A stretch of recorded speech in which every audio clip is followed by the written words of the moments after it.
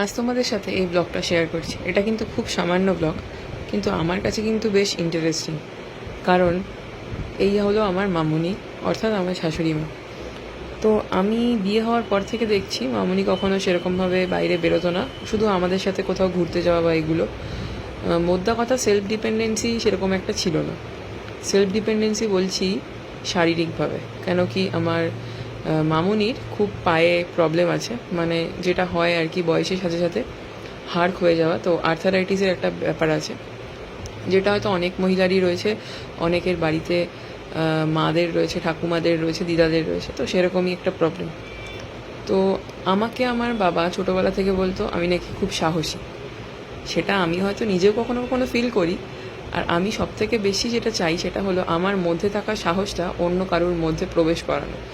তাই মামুনি কিন্তু ডাক্তার ওনাকে অনেকবার বলেছে হাঁটতে যেতে হবে, কিন্তু মামুনি কিন্তু কখনোই হাঁটতে যেত না। তো আমার অপারেশনের পরে আমাকে যখন ডক্টর স্ট্রিক্টলি বললেন যে এবার হাঁটা শুরু করতে হবে, কেন আমার পাটা উইক হয়ে গেছিলো। তো তারপরে আমি হাঁটতে হাঁটতেই কিন্তু নর্মাল লাইফে ফিরে আসি। তারপর আমি একদিন ইচ্ছে করে মামুনিকে বলি যে চলো তুমি আমার সাথে হাঁটতে যাবে। তো এইভাবেই কিন্তু মামুনির হাঁটা শুরু হয়, এবং এখন কিন্তু রোজই সে হাঁটতে যায়। আর এই দেখো আজকে বাজার করে নিয়ে চলে এসেছে। মেয়েরা আসলে সব পারে মেয়েরা।